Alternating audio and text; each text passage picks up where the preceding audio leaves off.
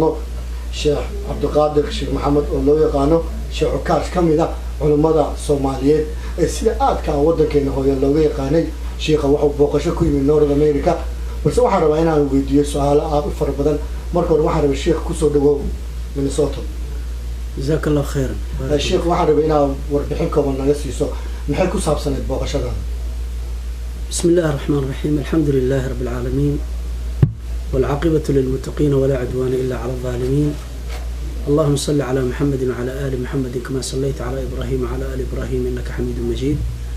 وبارك على محمد وعلى آل محمد كما باركت على إبراهيم وعلى آل إبراهيم إنك حميد مجيد ولا البوقشة إذا وحكو صاب سنين جاليدها دبدا مسلمين تأه عامة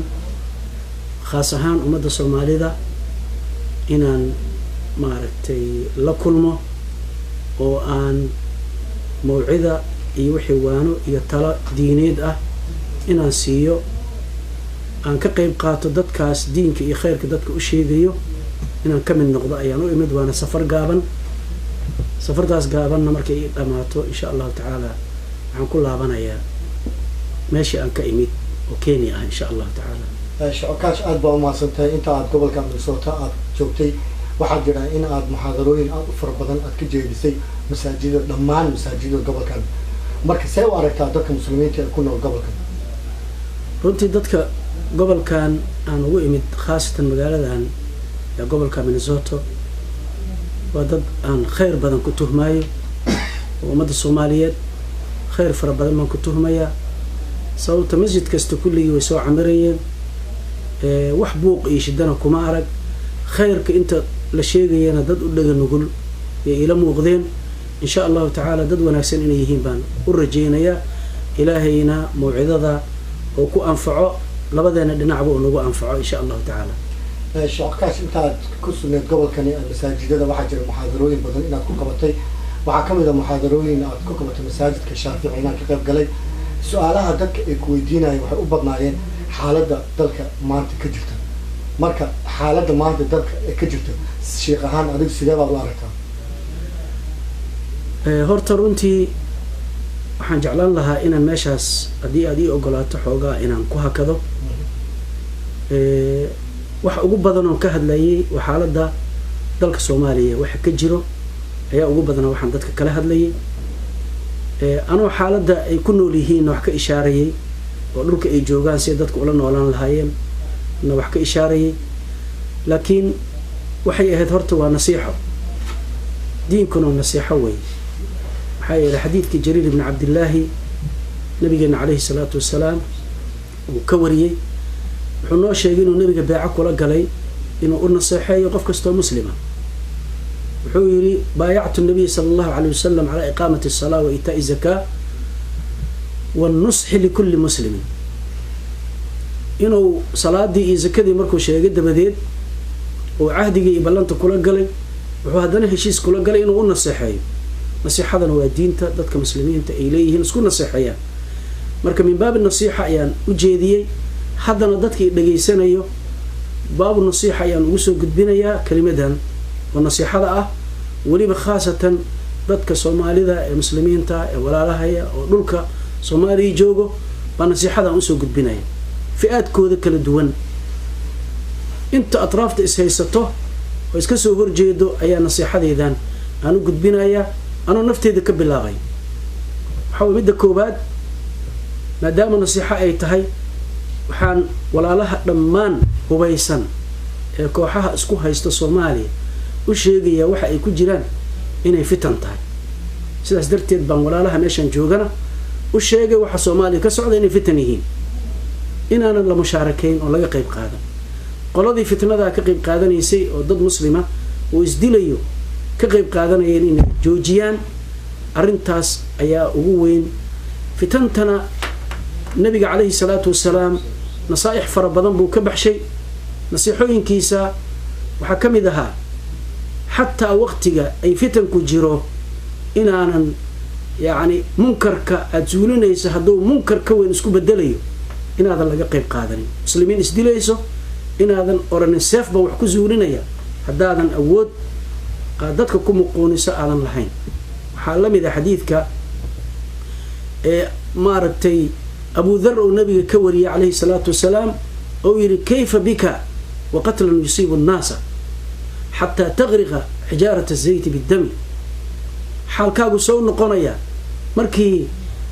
dadka ay islaayaan oo xijaarat zayd waa meel madiine ka mid ah dhiigga uu daato qulqulo markaasuu yidhi maa khaara allahu lii warasuuluh allahi rasuulka waxay ii dooraan ayaan samaynaya xadiidku uu dheeraa markuu nebigu ku yidhi ilxaq biman anta minhu dadkaad ka mid tahay aada iskaga tag fitnada ka dhex bax ayuu wuxuu ku yidhi yaa rasuul allah hadalka danta meesha aan kalaya waa taas wey yaa rasuul allah afalaa aakhudu bisayfii fa adribu bihi man facala dalik mar haddii dadkiiba muslimiinta la laynayo dhiigooda uu daadanayo seeftayda intaan qaato maan dadka sidaa samaynayo aan la dagaalamo hadalkaasuu maaragtay saxaabiga uu nabiga weydiistay nabigeenna calayhi salaatu wasalaam wuxuu ugu jawaabay shaarakta alqawma idan waad kala qayb qaadatay dadkii baad kala qayb qaadatay waxaad leedahay munkaraan zuulinaya munkarkii uu ka qayb qaatay marka inay u gartaan inay munkar tahay oo munkarkoo lasii ziyaadiyay ay tahay muslimiinta isdilayso magac kastaba ha sheegteen nabiguna uu faray calayhi salaatu wasalaam xadiid abu daawuud ibni maajah iyo tirmidi imaam axmed xadiid abi muusa nabigeenna uu faray salawaatu ullahi wasalaamu calayhi waqtiga fitanka la joogo kasiruu fiiha qisiyakum waqaticuu fiiha awtaarakum waalzimuu fiiha ajwaafa buyuutikum wakunuu kabni aadam qaansooyinkiina jajabiya witriga xarigga ku xiran gooya guryihiini laazima oo fadhiya haddii gurigaaga lagugu yimaadana ina aadankii la diloo kaleeto dulmiga lagu dila noqo marka walaalaha waxaan leeyahay kow fitanaad ku jirtaana ogaada muslim dilo waa fitan wey fitnadan in laga fariisto risaalada aan north americana aan keenay horeyna u jirtay culummada kaga hadli jireen anna aan sii xoojiyey haddana walaalahayga dhegaysanaya aan u sheegayo soomaali gudaheeda ku jiro jamiic alfi'aad nin qof muslima qof kaloo muslima dhiiggiisa uma banaana waqtulfitanana lagu jiraa in laga tago waxaan leeyahay nasiixada waxaan ka bilaabayaa xukuumaddan ka bilaabaya maadaama ayada magac xukuumada ay wadato iyo dowlad waxaan leeyahay shacabkiina u naxariista waxa qaxayo waxa maaragtay barakacayo dadka dhimanayo waxa la dhaawacayo waa shacabkiinii wey u naxariista baan leeyahay dadka mucaaradka idinku ahna qaabab badan oo loola xaalaa jire aan dagaal ahayne qaabab badan oo loola xaali karaa jira ula xaala kii mansab kugu haysto mansabkii wax ka sii dowladda soomaaliyeed fi-a gooniya ma lehe shacabka soomaalida ummadda soomaalida iskale kii xoolo aad ku qancin karto xoola ku qanci dowlad baa tahay dhaqaala ilaahay ku siiyey wax ku qanci kii aad mabda ku qanacsan mabda ahaan iyo caqli dad culamaahu ahlu cilmiya inta loo raadiyo ha lagu qanciyo taas waxaan leeyahay xukuumadda shacabkeeda ha u naxdo dadka mucaaradka dawaa'iftooda kala duwan waxaan leeyahay walaalayaal idinkana shacabkiina u naxariista waxaan leeyahay waxaan xusuusinayaa xadiidka nabiyullaahi maxamed calayhi salaatu wasalaam uu leeyahay alraaximuuna yarxamuhum arraxmaan irxamuu man fi lardi yarxamkum man fi samaa dadka naxariisto oo khalqiga u naxariisto allihii raxmaanka u naxariisto marka dadka ardada jooga u naxariista allah baa idinka idiin naxariisanaya raxmadda ayaan farayaa waxaan leeyahay walaalayaal mucaaradka nin kastaba ha noqdee waxa dhimanayo oo dilayso oo meesha ku baaba'ayo oo barakacayo waa qof muslima qofka muslimka walaalayaal oo shacabka masaakiinta u naxa oo xabadaha la tuurayo yaanan laga tuurin shacabka meesha uu degan yahay shacabka meesha uu degan yahay yaan laga ridin maxaa yeelay yacni dadka aad la dagaalamaysaan meeshaasay xabadda kusoo hoobinayeen xaafadaasna waa burburaysaa suuqyada ay dadka ku ganacsadaan yaan xabadaha laga tuurin dadka mucaaradka mujtamaca inay u naxaan maxaa yeelay in dadka dhexdooda lagu dagaalamo waad ogtihiin nabiyullaahi maxamed loo diiday calayhi salaatu wasalaam isagoo mushrikiin la diriraayo hum aladiina kafaruu wasaduukum can almasjid alxaraami walhadya mackuufan an yabluga maxila walowlaa rijaalun mu'minuuna wanisaaءun mu'minaatun lam taclamuuhum an tata'uuhum fatusiibakum minhum macaratun bigayri cilmin liyudkhila allahu fii raxmatihi man yashaa لو تزيلوا لعذبنا الذين كفروا هايدا سنة كتب بقاء نبي الله محمد صلح الحديبية وحا لوغا جوجي مكا إنو قبصده ضد مسلمين وأقلياء ورقي الدمر ضعفاء ومساكين وهجرون وايي وسنبي أصحابتي سجرانين إني كل انتان ترادي دي دل دي ديو أي النبي قال لوغا جوجي حديبية إنو وقت جيدي ودقال قالوا هشيس أي صحابة لبسانيين لكن إلهي فتح وكت المامي أيو أقبلين marka waxaan leeyahay walaalayaal yaana shucuubta dhaxdeeda laga dagaalamay waxaan quwaadka ajnabiga ee leh nabadan ilaalinayna ayagana waxaan gaarsiinaya waxaan leeyahay dadka ammaanka inay ilaaliyaan haddii magacaas ammaan ay wateen inaysan qofka mucaaradka markuu xabad soo tuuro 100 xabadood shacabka inuu ku laayay yuusan sabab ugu noqon maxaa yeelay waxa suuqyadoodii wuxuu jajabinay hadduu suuqa ninkan khaldamay uu ka soo tuuro adigana ay mucaaradkii nabadan ilaalinayna yani quwaadka nabadan ilaalinayna oranay ay 20 ugu jawaabaan ma nabad bay ka shaqeeyaan mise dhibaato ka shaqeeyaan dad bay barakiciyeen suuqyadii bay baabi'iyeen dib badan ay geysanayaan ayagana waxaan leenahay magaca dawladda ay ku hoos yimaadaan ay dawladda ilaalinayaan dawladda iyo ayaguba inay shacabka ay leeyihiin ay maaragtay u naxariistaan baa la rabaa oo aynan shacabkaasi suuqyadoodii iyo guryahoodii aan lagu duduminin waxa dhimanaya dadkii masaakiinta ahaa weeye ninkii la dagaalamayay ma dhimanayo marka waxa weeyaan dagaalada haddaad israbtaan shacabka ka dhexbaxa banaanka iskugu tagay isku laaya laakiin shacabka gudihiisa yaanu isku laynin waxaan leeyahay marka nasiixadayda jamiicul fi'aad waan la hadlaya kuwa dhexdooda iska dilaya oo mucaaradka laftiisa isdilayo waxaan leeyahay qofka dilaysa waa qof muslima yaan la isdilay shabaabka iyo dhalinyarada waxaan u jeedinayaa shabaab markaan leeyahay ma aha uma jeedo magaca shabaabka ururka la baxay dhalinyarada Soomaaliyeed baan ka hadlaya muslimiinta ah dhalinyarada ama cid kasto muslima ha ogaado ama urur ha sheegto urur magaciisa ku dagaalamo ama ha sheegto maxaa la yiraahdaa gudoomiye nin madax u ah ha u dagaalamee inaysan barito uusan ku difaacayno dambigaada adigu leedahay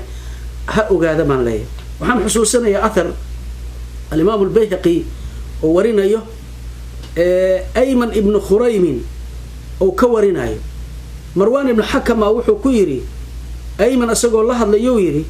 maadna raacido dagaalka noo raacido nala gashi muslimiintii baa isdilaysa waqtigaasi waa waqtigii bani Umayya yaani maartay Marwan ibn Hakam ninkii bani Umayya soo nooleeyay way maartay dawladoodii markaasuu Ayman hadal fiican ku yiri إن أبي وعمي شهدا بدرا وإنهما عهدا إلي ألا أقاتل أحدا يقول لا إله إلا الله أبهي يوحو يرى أذيركي صحابة بدر كقيب قشيبي هاي وحي إيدر دارمين إنا نقف لا إله إلا الله محمد رسول الله لإنا ننتلين أي بلن قادم أي يقول دارمين مركاسو كير مروان بن حكم فإن أنت جئتني ببراءة من النار قاتلت معك haddaad ila timaado naarta bari inaan ka badbaadayo waa ku raacaya muslimiintan waa kula dilaya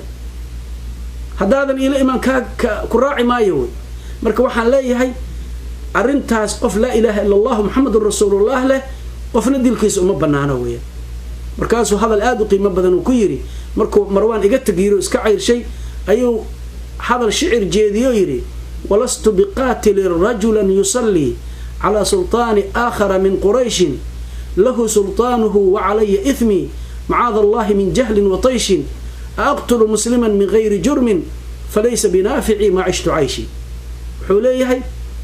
قف مسلم أو صلاة كنيو مد لا يماهي قف كلمة دحتني مدي درتين وقد لي مايو هذا أرر هبل هقول إيستو أنا أرر كان غالب نقضه يعني بالله دقال مايا وما سمين يبو محايا لسببته حويان له سلطانه وعلي إثمي madaxtinimadii ninkaas helayo laakiin aniga dambigeeygi aanu dusheeda iga saaraya marka macaad Allah min jahl wa taysh fudayd aqli fudayd iyo jahli ban ilaahay ka magan galayaa markaas uu aqtulu musliman min ghayri jurmin qof muslima miyan dambi la'aan dilaya walast falaysa binafi'i ma ashtu ayshi waxay anfacayo ma aha inta noolahay nolosheedii anfici mayso qof muslim inaan dambi la'aan aan dilo waxay anfacayaan marka nasiixadaydu waxa weeye maadaama walaalayaal muslimiin isdisho oo dagaalantaa diinteena ay u taqaano fitan inay tahay saxaabaduna ay ka wada fogaan jireen iyo salafkeennii annagu aan ka fogaano ayaan maaragtay nasiixadayda leeyahay. uma dhalinyarada waxaan leeyahay maadada la yidhaahdo oo isqarxinta dadka isqarxiyo nasiixo khaasaan siinaya. waxaad ogaataa qofyow waxaad dhici karta inta ismiinayso inaad tiraahdo cadow baan la diriraya oo adiga keliga ku dhimataa dhici karayso, keliga ina ku dhimato waxba cidna aadan waxba gaarsiin. marka axaadiis aad u tiro badan ayuu nabiyullaahi maxamed calayhi salaatu wasalaam ayuu noo sheegay. marka walaalaha haddaan loo sheegin nusuustaas waan xusuusinaya. xadiid imaamu albukhaari fii saxiixihi ku sugan imaamu axmed can thaabit ibni qays thaabit ibni daxaak radia allahu canhu wuxuu leeyahy qaala rasuulu llahi sal alla alay wasalam man qatala nafsahu bixadiidatin cudiba biha fi naari jahannam. qofka naftiisa hub ku dilo, xadiida wax kastay noqon karta, waa lagu cadaabaa maalinta qiyaamaha naarta jahannama. riwaayada imaam axmed waxaa weeye man qatala nafsahu bishayin cudiba bihi yowma alqiyaama. shay wuxuu doona ha noqdaa isku dilo, haddaad naftaada inaad gooyso sabab u noqoto. waxaa weeye axaadiista waa axaadiis mutawaatira. allahna uu leeyahay walaa taqtuluu anfusakum, naftiina ha dilina. walaalayaalow arrintaasi waxa weeye wax bannaan ma aha. qofka inuusan isqarxinin uusan isagu isdilin ayaa la rabaa. haddii kale waxa weeyaan masaa'ibkaas qiyaamaha ayuu la kulmayaa. axaadiidtana aaday u badan tahay, nusuusta ka hadlayso aaday u tiro badan tahay. culammada ahlu sunnahana marna ma ay ogola, raallina kama noqdaan in maaragtay qofka uu isqarxiyo. ee zamankeenna joogtay way diideen. marka walaal aniga maadaama aad arrintaa i weydiisay ka nasiixa fi'aadkaas mukhtalifka guud ahaan dhammaantood meesha isku haysto horta waxaan leeyahay u naxariista shacabka dadka masaakiinta. dadka masaakiinta magaaladoodii kusoo celiya, ammaan iyo heshiis sameeya. ummad soomaaliyeed dagaal waa kasoo daashay. ogaada weliba dadka maanta dagaalamayo waxay wataan ama dowlad ha sheegteen, ama ha sheegteen xisbul islaam, ama ha sheegteen shabaab, ama ahlu sunna waljamaaca magac la yidhahda ha sheegteene magacyadaa la sheegtay magac diineedoo nin walba wataa, magac diineedoo wataa. waxaad ogaataan hogaamiye kooxeedyadii hore maanta waxa bedelay waa idinka wey. hambadii kasoo hartay qabyaaladii lagu dagaalamay iyo maaragtay hogaamiye kooxeedyadii hambadoodii inaa israacinaysaan ogaada. shacabka kasoo haray u naxariista haddaad raxmad rabtaan, ilahay inuu idin naxariisto haddaad rabtaan dadka u naxariista. maxaa yeelay yani rifqiga iyo dabacsanaantu nabigu wuxuu yidhi maa khaalada arifqu maa khaalada shan ilaa zaano waalcunfu maa khaalada shan ilaa shaana. cunfiga iyo ad adeyg wax ma taree walaalayaalow. hadday diin ay tahay arrinta, diinka ilaahay wuxuu leeyahay markay dadku diin isku qabsadaan wama اkhtalaftum fiihi min shayin faxukmuhu ila allah fain tanaasactum fi shayin farudduuhu ila allahi wاrasuul in kuntum tu'minuuna billahi walyawm alaakhir. waxaa isku haystaan hadday diin tahay inaa isdishaan ma keenayse. wada fariista, wada hadla. dadka ahlu cilmiga ama caalamka culummada waaweyn u yeerta. soomaali haddaadna isqancin karin caalamul islaami uga yeerta, isqanciya oo diin ku wada hadla. hadday dana tahayna soomaali dowladeedu waa idinka badan tahe daraysi hadduu yahay walaalow ku heshiiya dowladdaas iyo ummadnimadaas, ummadaasna hala badbaadiyo, ilaahayna uga naxariista. kelimadeedu walaal intaasaan maarata u jeedin lahaa. waxaa ii soo haray shacabka gudaha ku jiraahay waxaan leeyahay ha sabreen, ha iska dulqaateen, yacni dhibkooda ha ku sabreen, ha u istaageen. dad waxgarad kama dhammaanine ayaga laftooda ha ka hortageen, dadka ha la hadleen, mucaaradka ha yidhahdeen naga daaya dhibaatadan, dowladda ha yidhahdeen naga daaya dhibaatadan, ciidamada ajnabiga dhibaatada naga daaya ha yidhaahdeen, ha is urursadeen, kelimadoodana ha muujiyaan, dhibkaan si looga daayo. ha hadleen yaynan aamusin, qolana yaysan taageerin. waxaan leeyahay shacabku qolana ha taageerina oo waxa is haysta ah, leanna haddaad taageertaan fitankaa ka qayb qaadanaysa. dadka dibadda joogo ee hadda magaaladan jooga iyo dadkeeda uu ka mid yahay, ayagana nasiixadeeda waxaa weeye walaalayaalow dabkaa hurayo dab yaan lagu darin. lacagtiina lagu dagaalamaa, taladiina idaacadaha aad ka hadashaan baa lagu dagaalamaa. aniga waxa weeye yacni dadka idaacadaha iyo suuradaha in laga qaado diyaarka waa ma ahayn, laakiin maslaxadda soomaaliyeed inay kelimadeeda gaarta baan maanta meeshaan u fariistay oo kelimadaa usoo jeedinaya. ilaahay subxaana wa tacaalana waxaan weydiinaya kelimadaas anigana ugu anfaco, walaalahayga dhagaysanaya meel kasta joogana inuu ku anfaco dibad iyo gudaba. waxaan leeyahay marka dadka dibaddow ka qayb qaadanin oo lacagtiina ha kala qayb qaadanin ra'yigiina ha kala qayb qaadanin yani maaragtay taageeradiina afka xataa ha kaga qayb qaadanin dabkaas haddaad damin kartaan damiya waxgaradaa tihiin inta is urursataan maraykan ha joogeen canada ha joogeen yurub ha kala joogeen beled kasto inta guddiyo samaysataan dabkaa baxaya sidii loo damin lahaa ha laga shaqeeyo yacni rag iyo dumar iyo cuqaal dhalinyaro odayaal cid walba kulligii waxaa looga baahan yahay iyo siyaasiyiin iyo waxay doonay ganacsato waxaa laga doonaya culamaa u diin inta la iskaashado ayadoo maqsadka u yahay dabka damaya in laga shaqeeyo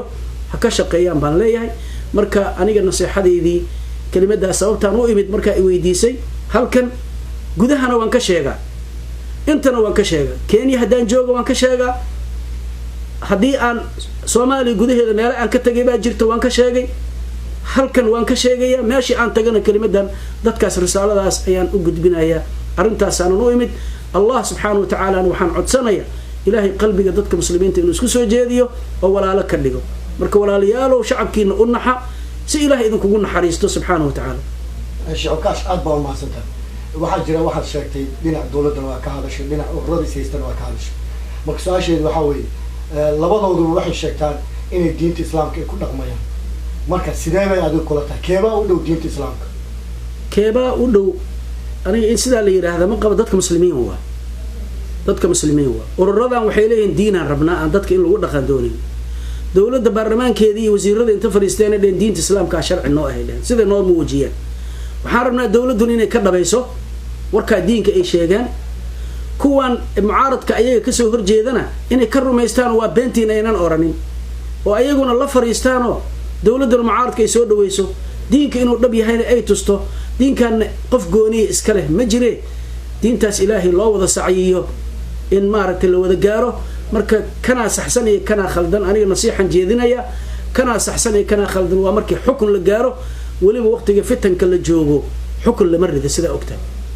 hebelaa khaldan hebelaa saxsan waqtiga fitanka lama yidhaahdo waad ogtahay culummadu waxay dhahaan markii fitanku dhaco xataa waxa la iska dilaa dib looguma noqdo lama baaro horaa loo socdaa marka inay heshiiyaan oo gacmaha isqabsadaan oo ummaddan shalay way midaysnaayeen dadka hadda maanta yacni maaragtay dagaalamayo shalay mid bay ahaayeen maxaakim islaamiya magac la yidhahda kulligood ku midaysnaayeen waxaan leeyahay ceeb baad shacabkii muslimka ahaa ee soomaaliyeed ama caalamul islaami ama caalamka kulligiis ceeb baad usoo jiideen ceebtaasina iska meertaan baan leeyahay nin walbo ilaahay dartiis u tanaasulan leeyahay wallahu aclam sheekh kaash aad baa umahadsantay waxaa jira erey ay dadku aada u isticmaalaan oo la yidhahda jihaadka dowladdu waxay isticmaashaa in ciidamadoodu qofka ka dhinta uu yahay qof jihaaday dhinaca kale mucaaradkuna waxay isticmaalaan qofka ka dhinta inuu jihaad u yahay marka soomaaliya ma la oran karaa maanta jihaad baa ka socda walaalo horta waxaa fiican jihaadka in la ta'siiliyaa fiican yaa lagu jihaada horta kow qofka lagu jihaadaya horta inuu caddaadaa la rabaa ta'siilka jihaadka waxa weeye muslim laguma jihaado waxaa lagu jihaadaa waa dowlad islaama oo ilaahay kelimadiisa inay kor noqoto u dagaalamayso baa jihaad fii sabiilillahi la yidhaahda kelimadda alle inay kor noqoto dadka ay la dagaalamayaanna waa inay gaalo cad oo u dagaalamayso kelimatul kufri inay kor noqoto kelimadii ilaahayna hoos marto ay noqoto horta jihaadka labadaasoo dhex mara sidii nabiyullaahi maxamed iyo saxaabadiisa ay u dagaalami jireen taasaa jihaad la yidhaahda marka aslan horta jihaadka aan isla garanno dad muslimiinoo diriraya jihaad ma la yidhahdaa marka ma soo geli karaa waxaa loo yaqaanaa laba saf oo kala baxsan gaalo oo kelimatul kufri inay kor noqoto u dagaalamayo oo xarbiyiina iyo muslimiin u dagaalamayso kelimatullahi inay kor noqoto labada raayo oo kala baxsan labada ciidan oo kala baxsan oo muslim iyo gaalo ah kaasaa horta shareecada islaamka ay jihaad u taqaanaa wixii ka soo haray sida hadda soomaaliya waxa ka jiro jihaad lama yidhahdo waxa islaynayo waa muslimiin waxa gobollada dhexe ku diriraayo waa muslimiin hiiraan kuwa ku dagaalamayo waa muslimiin xamar kuwa ku dagaalamayo waa maaragta waad ujeeda waa muslimiin gobolladan jubbooyinka jubbada hoose iyo meesha waxa ku dagaalamayo waa muslimiin baay iyo bakool waxa bakool iyo halka ku dagaalamay waa muslimiin marka muslim dagaal dhex maro nabigeena calayhi salaatu wasalaam wuxuu yidhi ida iltaqa almuslimaani bisayfayhima falqaatilu walmaqtuulu fi nnaar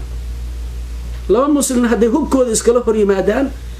kan wax dilay iyo kan la dilayba labadaba waa naartay galayaan markaasaa la weydiiye oo la yidhi kan maqtuulka waa garanaya kan qaatilkaahi wax dilay yani kan qaatilka waan garan inuu naarta galaye kan maqtuulkaahee la dilay muxuu yahay isagoo naarta ku mutaystay nabigu wuxuu yidhi innahu kaana xariisan calaa qatli saaxibi walaalkii dilkiisabuu doonaya waa lagala hormaray wuu rabaa isagaba inuu dilo laakiin dilkii baa lagala hormaray marka jihaad lama oran karo waxa meesha ka socdo waa muslimiin islaynayso waa muslimiin suufiyadu waa muslimiin shabaabku waa muslimiin nimanka la yiraahdo ee maartay xisbul islaam waa muslimiin dawladdu waa muslimiin marka waa dad muslimo islaynaya jihaad dhexdooda kama suuroobayo waa qitaalu fitna in laga fogaadana nabi ilaahi maxamed oo faray salawaatullahi wasalaamu calayhi wa allah a'lam aad baa mahadsantahay sheekh xafidullah ilaahay ku xafido waxaan u su'aashay inaan ku weydiiyo dadka qaar baa waxay leeyihiin hebel waa gaal sidaa darteed dhiiggiisu ma bannaan yahay ma u bannaan yahay qofka muslimka oo islaamnimadiisa ay sugnaato oo kalimatu laa ilaaha illa allah muhammadur rasuulullah carabkana kaga dhawaaqo qalbigana ka ictiqaadiyo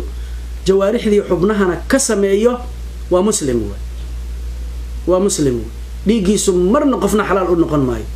qof uu xalaal u noqonayo ma jiro bal iska daa inuu dhiiggiisa xalaal noqdee xataa hadduu kalimatu laa ilaaha illa allah keliya ku dhawaaqo oo qalbiga uu kaafir ka yahay oo munaafiq ka yahay xukumka daahirka islaamka la siinaya looma ogola in la dilo dhiiggiisa iyo maalkiisaba in lagu xadgudbo lama ogola laana nabi ilaahi maxamed munaafiqiina la joogi jirtay sidaad ogtahay munaafiqiintii la joogtayna nabiga ma rumaysnayn islaamka iyo diintana ma ayna rumaysnayn afkay laakiin laa ilaha illa allah muhammadur rasuulullah ka yiraahdeen waana la badbaadiyey naftooda iyo dhiigooda iyo maalkooda kullu waa loo badbaadiyey marka sidaa darteed qofka muslimka in la gaalaysiiyo xaq uma laha qof kale inuu gaalaysiiyo haddii islaamnimadiisa sugnaato lama gaalaysiin karo ilaa ilaahi iyo rasuulkiisa waxay gaalaysiyaan mooye allah iyo rasuulkiisa waxay gaalaysiyaan baa gaal ah gaalnimada iyo takfiirinta qofka la takfiiriyo waa xaq ilaahay uu leeyahay rasuulkuna leeyahay cid ka soo harta wax maartay gaalaysiin kartaa ma jirto weeyaan marka qofka islaamnimadiisa sugnaato yaqiin mooye wax kalena loogama saari karo shubha loogama saari karo waxaa la rabaa qofkan in shuruudi takfiirka gaalnimada shuruudeedii inay kaamil noqoto waxaan uu sameynay inuu cilmi u leeyahay kufrigan uu sameynay gaalnimada uu galay inuu cilmi u leeyahay inuu asagu doortay oo khiyaar u leeyahay lagu khasbin inuu u qasday oo san khata iyo gaf aysan uga dhicin inuusan ta'wiil saxa oo xataa ta'wiil socon karaa inuusan wadan markii intaa la helo shuruudda ay kaamil noqoto isla markaana mawaanicdii kufriga u diidaysa sida jahli inuu waxaan ka jaahil yahay inuusan waxaan lagu khasbay inuu khalad uga dhacay inuu ta'wiil saa'iqa wato markii intaa la waayo yani mawaanicdiina la helo baan u jeedaa maanici ka reebi lahaa oo kufriga u diidi lahaana la helo shuruudana ay kaamil noqoto markaas unbaa qofka la gaalaysiin karaa weliba markii iqaamatulxuja lagu sameeyo waa in xujada lagu oogo oo qofkan shubahda oo watoo dhan laga tirtiro laakiin qofkii aan ra'yi isku khilaafnaba murtad waa inaa iraahdo gaal waa inaa iraahdo kelimadaas nabiyullaahi maxamed wuxuu yidhi man qaala liakhiihi ya kaafir faqad baa'a biha axaduhuma qofka walaalkii gaal ku sheego midkood baa la laaban ama asagaa gaal horuna ama kan kale ku noqonaysa kelimadu meel cidla ma dhacayso wey qofka man qaala liakhiihi caduw allahi yiraahdo cadowgu ilaahi yiraahdo cadowtinimadu ama asagay ku noqonaysaa ama kaasoo noqonaya meel cidla ma dhacayso wey riwaayadka ilaa xaara calayhi bay qaarkood tilmaamayaan marka kufrigan iyo riddada dadka la iska gaalaysiiyo oo ayadoo aanan shuruudii aan loo eegin mawaanicdii aan la fiirinin iqaamatulxuja aan la samaynin in qofka kufri la iskaga idlaaqo madhabka ahlu sunnaha ka mid ma aha waa madaahibta ahlu bidaca weeyaan allahu aclam hadda diintii inay sidii siyaasad ay gashay marka adiga ahaan sheekh waxaa jira waddanka hadda waa ujeedaa al-shabaab baa jira, xisbu islaam baa jira, waxaa jira sunna wal jamaaca jira, kuwa takfiir la dhahaa jira. sideeba adiga ahaan shakhsi ahaan sideeba u aragtaa ururadaa badan ee diinta ay dadku ku wareereen? walaalo horta sidaan sheegay kalimadeedu iska nasiixa waay, maqsad kale iyo dan kale oo kale yahay ma jiro ilaa nasiixa un baan ula jeedaa. waxa weeye muslimiinta Allah subxaanahu wa ta'ala wuxuu amray inay mid noqdaan, inaan la kala geyn, qabyaalad inaan lagu kala geyn, diinna inaan lagu kala geynin buu Rabbi amray subxaanahu wa ta'ala. wuxuu Ilaahay quraanka ku leeyahay aayado aad u tiro badan oo hadda aan inta ku soo koobi karin, Soomaalida kulligeedna ay yaqaanaan,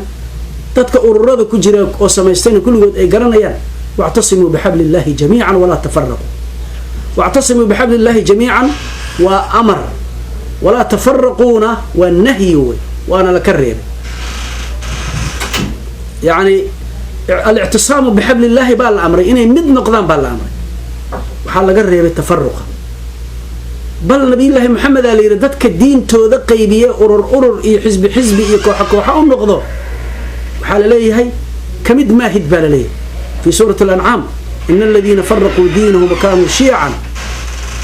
lasta minhum fi shay'in ilahi ilayhi subhanahu wa ta'ala. kamid maahid wax aad kaga sugantaa lama arko, yani tariiqadaadi sunnada ma haya. marka waxa weeye ani ahaan marka ay weydiiso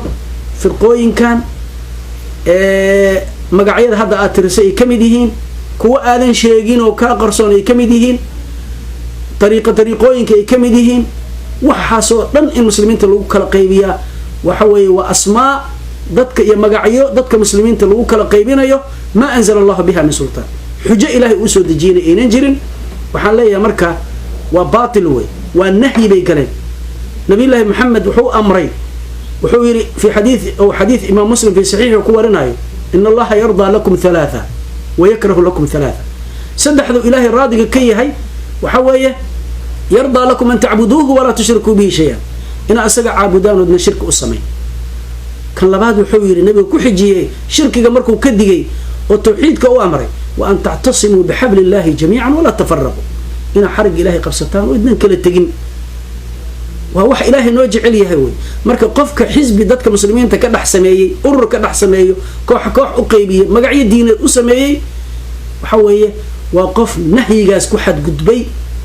ridaha ilaahay wuxuu raadiga ka ahaana diiday buu noqonayaa weeyaan. marka lama ogolo muslimiinta dhexdeeda in xisaab laga dhax sameeyo, lama ogolo. hal xisbi way islaamku labada xisbi yaqaan, xisbullah wixii ka soo haray xisbu shaytaan. ama tacaawunka ilaahay ogolyahay حجر تعاون شرعي على هذا وتعاونوا على البر والتقوى أيضا من حزبنا